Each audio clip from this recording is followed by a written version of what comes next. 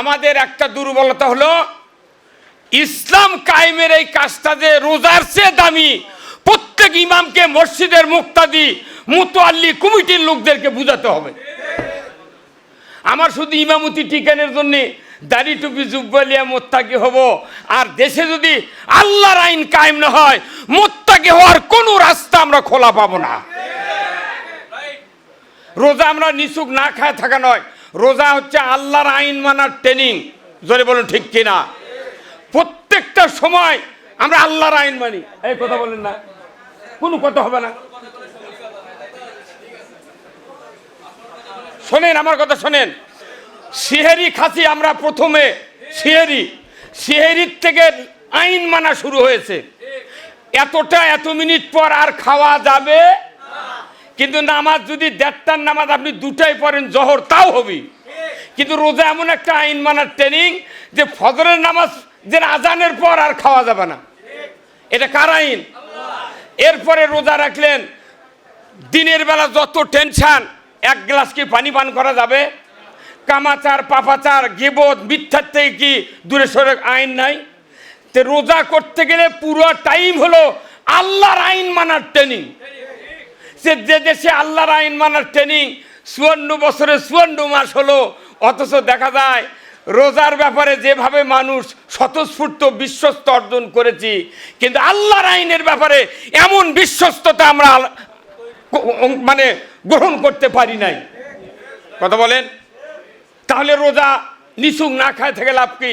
17ই রমজানে যুদ্ধ হলো বদর প্রান্তরে, রোজা ছেড়ে দিতে বললেন রাসূল সাহাবীদেরকে। আর আমরা মুক্তাদিদেরকে এখনো বুঝাতে পারি নাই। আমি বড় বড় মসজিদের ইমামের সাথে কথা বলেছি, কিন্তু তারা প্রতিদিন খুতবা তেলাওয়াত করে, ইন্নাল্লাহা ইয়ামুরু বিল আদলি ওয়াল ইহসান ওয়া ইতাই যিল কুরবা ওয়া ইয়ানহা আনিল ফাহশাই ওয়াল মুনকারি ওয়াল বাগি ইয়াযুকুম লাআল্লাকুম তাযাক্কারুন।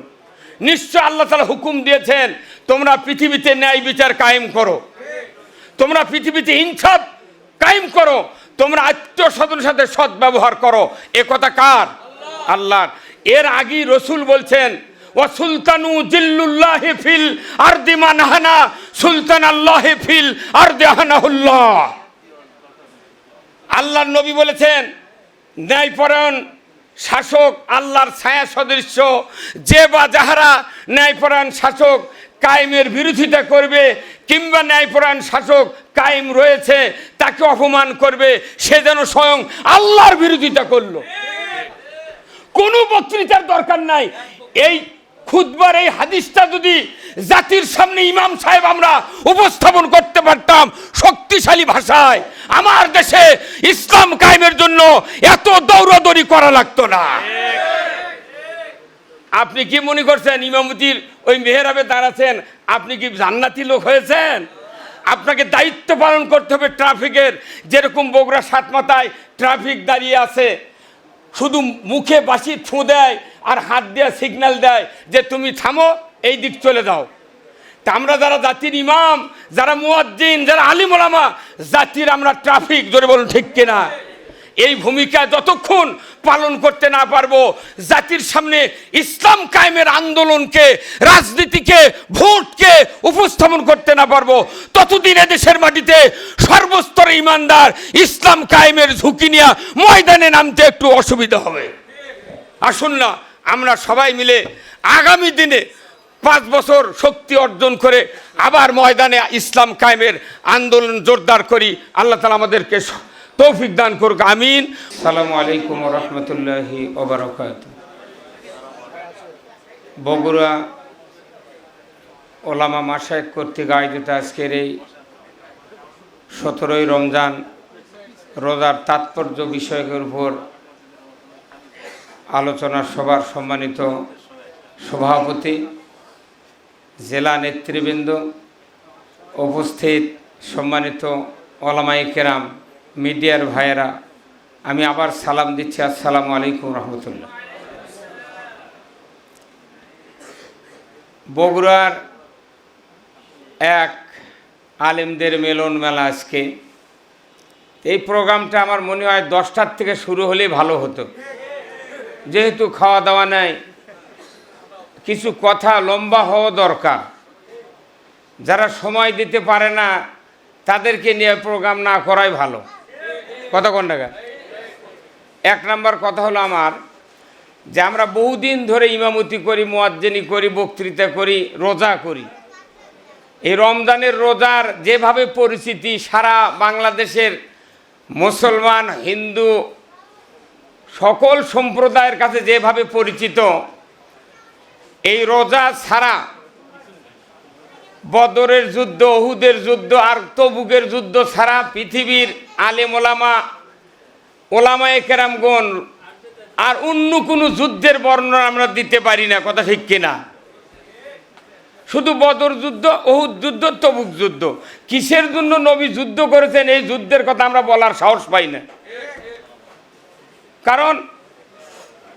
কারণ হলো আল্লাহ রসুল 10 বছর মদিনায় ছিলেন। কয় বছর? 10 বছর। 10 বছর উনি যুদ্ধের নেতৃত্ব দিলেন 27টা যুদ্ধ। কয়টা? আর আমাদের দেশে 5 বছর পর পর যুদ্ধ হয়। কথা বলেন নাকি আপনারা? কয় বছর পর পর?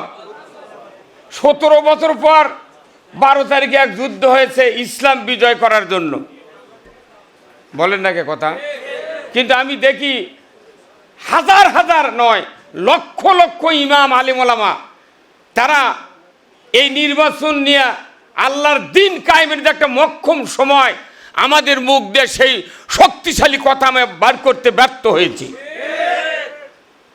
আমরা এমনি ইমামতির জগতে দাড়ি, টুপি, জুব্বা, পাগড়ির অভাব নেই, কিন্তু যুদ্ধ যে বদরের যুদ্ধ আজকে সবাই মুখে বলতেছে, কিন্তু আরও যে যুদ্ধ রসুলের জীবদ্দশায় 27টা যুদ্ধের উনি নেতৃত্ব দিলেন, কিন্তু এই যুদ্ধ কি বিষয় নিয়ে যুদ্ধ হলো আমরা এখনো জাতিকে বুঝাতে পারি নাই।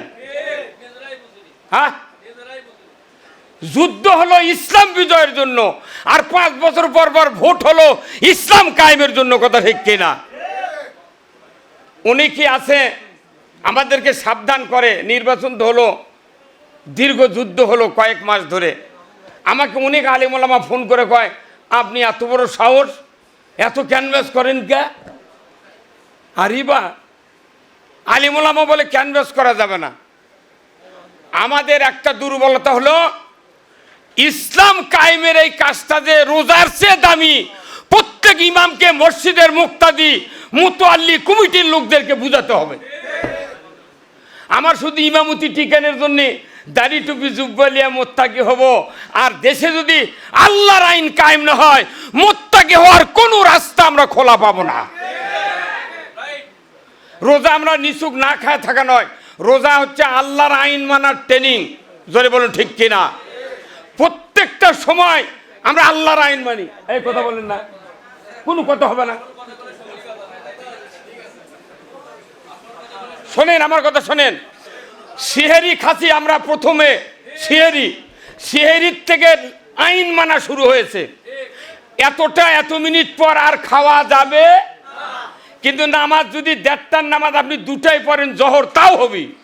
কিন্তু রোজা এমন একটা আইন মানার ট্রেনিং যে ফজরের নামাজ যে আজানের পর আর খাওয়া যাবে না। এটা কার আইন?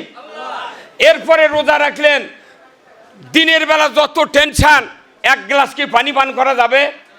কামাচার, পাপাচার, গিবত, মিথ্যার থেকে কি দূরে সরে আইন নাই? তো রোজা করতে গেলে পুরো টাইম হলো আল্লাহর আইন মানার ট্রেনিং।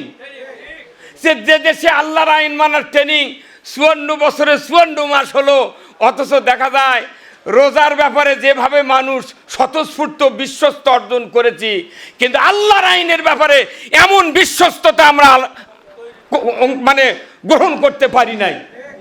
কথা বলেন। তাহলে রোজা নিছুক না খায় থেকে লাভ কি? 17ই রমজানে যুদ্ধ হলো বদর প্রান্তরে, রোজা ছেড়ে দিতে বললেন রসুল সাহাবীদেরকে। আর আমরা মুক্তাদিদেরকে এখনো বুঝাতে পারি নাই। আমি বড় বড় মসজিদের ইমামের সাথে কথা বলেছি, কিন্তু তারা প্রতিদিন খুতবা তেলাওয়াত করে, ইন্নাল্লাহা ইয়ামুরু বিল আদলি ওয়াল ইহসান ওয়া ইতাই যিল কুরবা ওয়া ইয়ানহা আনিল ফাহশাই ওয়াল মুনকারি ওয়াল বাগি ইয়াইযুকুম লাআল্লাকুম তাযাক্কারুন। নিশ্চয় আল্লাহ তাআলা হুকুম দিয়েছেন তোমরা পৃথিবীতে ন্যায় বিচার কায়েম করো, তোমরা পৃথিবীতে ইনসাফ কায়েম করো, তোমরা আত্মীয় স্বজনের সাথে সৎ ব্যবহার করো। এ কথা কার? আল্লাহর। এর আগেই রসুল বলছেন ওয়া সুলতানু জিল্লুল্লাহি ফিল আরদি মান হানা সুলতান আল্লাহি ফিল আরদি হানাহুল্লাহ। আল্লাহর নবী বলেছেন ন্যায়পরায়ণ শাসক আল্লাহর ছায়া সদৃশ্য, যে বা যাহারা ন্যায়পরায়ণ শাসক কায়েমের বিরোধিতা করবে কিংবা ন্যায়পরায়ণ শাসক কায়েম রয়েছে তাকে অপমান করবে, সে যেন স্বয়ং আল্লাহর বিরোধিতা করলো। কোনো বক্তৃতার দরকার নাই। এই খুতবার এই হাদিসটা যদি জাতির সামনে ইমাম সাহেব আমরা উপস্থাপন করতে পারতাম শক্তিশালী ভাষায়, আমার দেশে ইসলাম কায়েমের জন্য এত দৌড়াদৌড়ি করা লাগতো না। আপনি কি মনে করছেন ইমামতির ওই মেহরাবে দাঁড়াচ্ছেন আপনি কি জান্নাতি লোক হয়েছেন? আপনাকে দায়িত্ব পালন করতে হবে ট্রাফিকের। যেরকম বগুড়া সাতমাথায় ট্রাফিক দাঁড়িয়ে আছে, শুধু মুখে বাঁশি ছুঁ দেয় আর হাত দিয়ে সিগন্যাল দেয় যে তুমি থামো, এই দিক চলে যাও। তা আমরা যারা জাতির ইমাম, যারা মুয়াজ্জিন, যারা আলিম ওলামা, জাতির আমরা ট্রাফিক